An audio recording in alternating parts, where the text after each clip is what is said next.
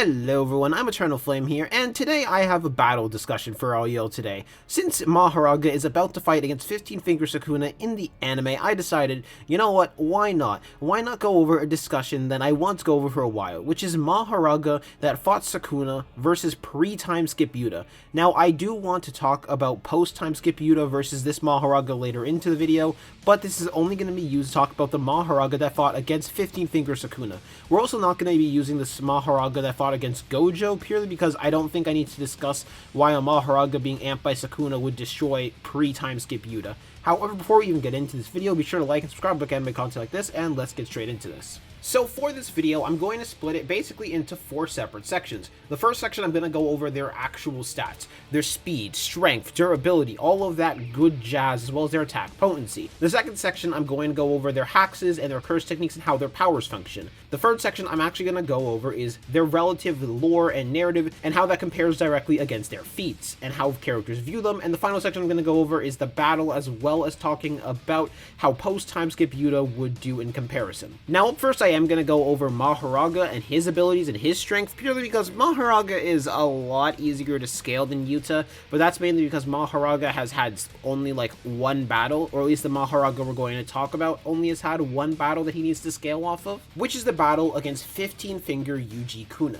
where in this fight Mahoraga is able to survive several cleaves before he even needs to adapt, as well as tank a punch from Sukuna directly in the face. And yes, Mahoraga does end up adapting after, but the first few cleaves he still manages to live through after healing them off. He does have a healing factor as well. He is also fast enough to deflect a cleave. Yes, he adapted to cleave and is able to see cleave, but he's fast enough to deflect one out the way, which is incredibly insane considering how fast cleave has shown itself to be, which I'm going to get into later on when we get to the Yuta section. But just know Mahoraga is fast enough to react to cleaves and deflect cleaves. Furthermore, Mahoraga is also strong enough to launch Sukuna through 3 buildings and then immediately appear in his field of vision, about to stab him with his hand sword. And most of all, he's able to get a compliment from Sukuna calling him not bad. And most of all, Mahoraga is able to live through Sukuna's domain while only being partially adapted to cleave and adapting to it throughout the entire time.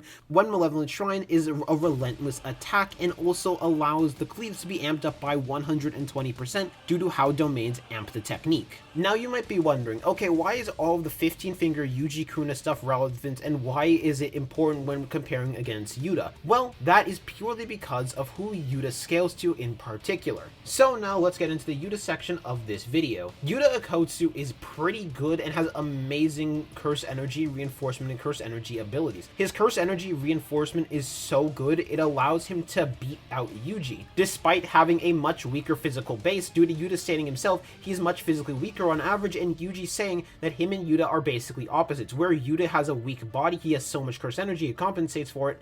Yuji doesn't have much curse energy, but he has such a physically strong body that it can compensate for it as well. Yuta is also capable of combating Ryu in hand-to-hand, who has the best curse energy output in all of history. Despite the fact that Yuta was losing, he was still able to do it relative in hand-to-hand against Ryu, with Rika also being able to keep up with Ryu in the process as well. Yuta in speed is also able to keep up with Ryu as well as Blitz Yuji. Of course, he didn't like full Blitz Yuji. Yuji was still able to react to him, but he was still faster than Yuji in their encounter nonetheless. And finally, the most impressive feat that Yuta has is Yuji's confidence that he could take on 15-Finger Sukuna, which unfortunately is not true. So let me just get into the comparison between 15-Finger Sukuna and Yuta that I'm going to make now. For the longest time, people took Yuji's words at face value, purely because Yuji had the memories of Sukuna and what Sukuna did after Shibuya, so Yuji should know at least how strong Sukuna was showing himself to be. However, that's not really the case, or at least while Yuji might have been able to see what Sukuna had done, he didn't really have a feel for how strong Sukuna actually was at this point. Because when Sukuna fights against Gojo, it is revealed by Yuta Akotsu that Sukuna has double the amount of curse energy, if not even more than double than Yuta Akotsu has, which is insane, especially if Yuta got stronger and even more cursed energy over the time skip. Now you might be wondering, why is this so so important? Well, this Sukuna only has 5 fingers less than the Sukuna that fought against Gojo. Which means if we're going to be hyper generous to Yuta, this Sukuna bare minimum has 50% more cursed energy than Yuta. Yuji Kuna has 50% more cursed energy than Yuta, which is insane. But to add even more to this, it's all being stacked on Yuji's incredible physical body, something that was already able to keep up with Yuta despite having much worse cursed energy than Yuta. So basically, you're putting 50% more of Yuta's cursed energy on top of Yuta's cursed energy on top of the physical base of Yuji, and that is how strong Yuji Kuna is, and that's all not even accounting for cursed energy control and cursed energy manipulation. This is even further supported by the fact that when Sukuna transfers over to a physically inferior vessel, because Megumi's base physicals are weaker than Yuji's base physicals, Meguna is able to completely blitz Ryu, go on Ryu's other side, and cleave off his head before Ryu even is able to get the word out for Granite Blast. And now you might be wondering, where does this all link back to Mahoraga? Well, number one, Mahoraga is able to keep up with Sukuna, appear directly in front of Sukuna, and at least be relative to Sukuna in terms of speed and strength. Of course, he's not stronger than Sukuna, but he is durable enough to take his attacks and be fast enough to actually reach him right after launching him through several buildings. So, in terms of all types of stats, from speed, strength, and durability, Mahoraga gets the advantage. But we're going to be extremely generous to Yuta Okkotsu and say the speed discrepancy between Sukuna and Mahoraga is small enough to the point where Mahoraga is not going to speed blitz, perception blitz Yuta, and that Yuta still has a chance to keep up. Now, first I am going to go over Mahoraga's abilities, because Mahoraga's abilities are a lot easier to explain. He first has the Sword of Extermination, which is a sword imbued with a massive amount of positive cursed energy that's able to one-shot most cursed spirits, considering Sukuna says that if he was a cursed spirit and has 15 fingers, he would have died instantly to that blade making contact with him. It can also swap to negative cursed energy as well for much more powerful strikes, which is how he was able to launch Sukuna through several buildings. And then up next he has his adaptation ability, which his adaptation ability works by him getting hit by an attack. After he gets hit by an attack, his wheel on his back begins to spin and basically change his body in order to adapt to whatever attack has hit him and make him more durable and more immune to that attack, as well as changing his fighting style in order to suit against that attack, eventually becoming basically immune to the attack and the concept of the attack itself. However, if Mahoraga is hit repeatedly with that attack, the process of adaptation takes much less time in order to activate. For example, if you were to land a slashing attack on Mahoraga, it doesn't matter what sword you use next on him, Mahoraga is completely adapted to the concept of slashing attacks as a whole, which means slashing attacks are no longer effective against Mahoraga. It's also clear Mahoraga is not limited to only one adaptation. What I mean by that is, if Mahoraga starts adapting to something else, he doesn't lose the original adaptation. He still has all of them stacked together. So now let's get into Yuta's hacks now we've gotten Mahoraga's hacks out of the way. Now, I do need to say this, we're only going to go off the techniques we have seen Yuta actually copy. We are not going to go off of the techniques Yuta might have that we don't know for certain he will have. So, for example, Yuta's not having the 6 size plus limitless for people who think Yuta has copied the 6 size plus limitless. So if Yuta has some hypothetical technique that's the perfect counter to Mahoraga and just atomizes him in 1 second, that technique is not going to be important for this fight because we do not know that Yuta has this technique. So the first thing we're going to have to talk about is Rika Orimoto. Yuta is able to summon Rika for a total of 5 minutes in order to constantly refill his cursed energy, basically making it so he has boundless cursed energy or constantly refilling cursed energy. So yeah, he's not going to be running out of stamina for the full 5 minutes of this fight. He also is able to heal himself constantly with no drawbacks because Rika continuously refills his cursed energy. Rika is also physically more powerful than him due to her ability to actually keep up with Ryu and launch Ryu around in comparison to Yuta, who couldn't really do the same thing in hand-to-hand combat. Furthermore, Rika also contains a storage of cursed tools that they can access as well. However, we have only seen one of the tools, which is a gauntlet around his hands that seem to amp up his hand-to-hand combat capabilities, but we don't actually know fully what it does yet. Yuta has a total of 3 copied curse techniques that we actually have seen that he has access to, which the first of the many copied curse techniques he has access to is curse speech. With curse speech, Yuta is able to speak into a microphone and send out curse energy through the microphone to send out commands to curse spirits. This is much more effective against curse spirit than it is humans, because curse spirits aren't really able to defend themselves in their ears because curse spirits are made completely out of cursed energy. Yuta also has access to Dru's Shikigami manipulation, which allows him to create several smaller versions of just like tiny Rikas that he used against Uro in order to bombard her with even more attacks. And speaking of Uro, he also has access to Uro's sky manipulation. This allows him to manipulate the sky itself, using it as a surface in order to deflect physical attacks away from him if he chooses to use it like Uro did. It allows him to redeflect attacks back at an opponent, as well as use Fin Icebreaker as an attack on an opponent. And while Yuta does have a domain expansion, we're not going to use the domain expansion purely because we have no idea what the sure hit is. So finally, let's go over how the narrative treats them, because while the feats treat them in one separate way, because like,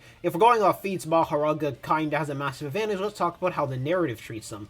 And both Yuta Akotsu and Mahoraga are held in high regards in the narrative itself, with Yuta Akotsu being held as the second strongest sorcerer to Gojo Satoru by the narrator. It's repeated throughout the narrative that Yuta is one of the top tiers, one of the heavy hitters for the good guy side, with Hakari being right up with him and no one else being on their level that we know of at the current point in time, in the modern era. And while Yuta's power is held in high regards in the narrative, Mahoraga's power is held in an even higher regard in the narrative than even Yuta, I would say. With Mahoraga repeatedly being treated as this trump card, this ability to take out anything in front of him, of course other than 15-finger Yuji Kuna and Gojo, but at the same time these two are put at the literal top of the verse. And Gojo even saying that a Mahoraga in the past was able to take out a 6 Eyes plus Limitless user and a 10 Shadows user at the same time, clearly using the narrative to imply that this Mahoraga was at least on the level or able to potentially rival Gojo, or at least be closer to Gojo in comparison to everybody else. As well as Sukuna holding Mahoraga in high regard, even commenting the fact that it is possible that Mahoraga could have defeated him if it was summoned back on the detention center on Sukuna. So like, while Yuta is treated as the strongest of the mortals in the narrative, Mahoraga is treated as the only one close to reaching the level of the gods of the narrative, being Gojo and Sukuna. That is how high in regard Mahoraga is being held. And the only thing in the narrative that was implying Yuta even had a chance against Mahoraga in the past was Yuji's confidence that Yuta could take out 15-finger Sukuna. However, that confidence was immediately destroyed by how Sukuna performed against Ryu in a physically weaker body. And well, if you couldn't tell by this point, Mahoraga wins. Like, generally speaking, Mahoraga wins 9 out of 10 times, in my opinion. His physical stats are just way too much for Yuta. He has a massive speed, strength, and durability advantage. He has a healing factor where even if somehow Yuta does damage to Mahoraga, Mahoraga can heal it off. And most of all, I didn't really talk about this much, Mahoraga one-shots Rika due to the positive cursed energy sword and Rika being still closer to a cursed spirit. So, Mahoraga is going to take out Rika as well and potentially end the 5 minutes early. Unfortunately, most of Yuta's attacks are not going to do enough damage to Mahoraga, because if Mahoraga is able to survive several cleaves before even being adapted to cleave itself at the start of the fight, he is able to survive whatever Yuta is going to throw at him and then immediately start the adaptation process. And let me just talk about cursed speech for a moment, because that I feel is going to be the main smoking bullet, because I think everything else can just fall within the Mahoraga will likely live through the attack. Cursed speech is an incredibly strong technique, but it does have a threshold of effectiveness when it comes to cursed spirits and is not just an instant one-shot on all of them. Now, I will say this. For the example I'm about to make, the distance between Mahoraga and Yuta is not that big, but this is all just to paint the thing of Mahoraga will at least survive the attack and start adapting nonetheless, which is Inumaki and Hanami. When Inumaki uses Cursed Speech on Hanami, Hanami is not immediately killed. Hanami doesn't even get one-shot by, they're just blasted away. If Inumaki could one-shot any cursed spirit with a word, he would have killed Hanami right in that moment, because that's a special grade level cursed spirit. Now, is the distance between Mahoraga and Yuta as big as the distance between Inuyamaki and Hanami? In my opinion, no, but that doesn't really matter because what's the important thing is Mahoraga is still capable of surviving it because of how much stronger he is in comparison to Yuta. And I forgot to mention this, Rika's Love Blast and the Love Cannon that Yuta can do is a thing, but it's not going to put down Mahoraga. It's going to do damage to Mahoraga, but it won't put Mahoraga down considering the narrator states that even if Yuta was at full power, it would not surpass Ryu's. So this is all to say pre-time skip Yuta would get destroyed by Mahoraga, and it's not really close. Now yes, Yuta in theory is the best person to fight against Mahoraga due to how many abilities he has, but it's a case of not having the stats to actually make good on those abilities, and Mahoraga just having such a massive stat advantage that the advantage Yuta would normally have in comparison to most other fighters when fighting Mahoraga doesn't really matter. However, if you've noticed, I've been only talking about pre-time skip Yuta, because post-time skip Yuta is an entirely different beast. While we have not seen post-time skip Yuta fight yet, he was confident enough that he and Rika could hold off Mahoraga and Agito at the same time. And this is a Sukuna amped Mahoraga plus Agito, a relative fighter at least in physical stats to this Sukuna amped Mahoraga. And while yes, confidence is not everything, there is no guarantee that post-time skip Yuta could actually do this. However, if we take Yuta at his words, stack that on top of the fact they're all actually able to perceive the fight despite how fast Sukuna was in comparison to all of the characters a month ago, all of the characters have certainly gotten stronger, and if we take Yuta at his word, he might straight up be Sukuna amped Mahoraga level, which is more than enough power to wipe out the Mahoraga that Megumi summoned back in Shibuya. So yeah, I just mainly made this video to explain how massive of a jump likely Yuta and a lot of the other characters made across the time skip and why they are a completely different tier from the characters previously. And also to hype up Mahoraga, especially because he's about to fight Sukuna in the anime. However, tell me what your thoughts are on this verse battle in the comment section down below. I'm really curious to hear what you guys think, and I'm gonna see y'all later. Peace out.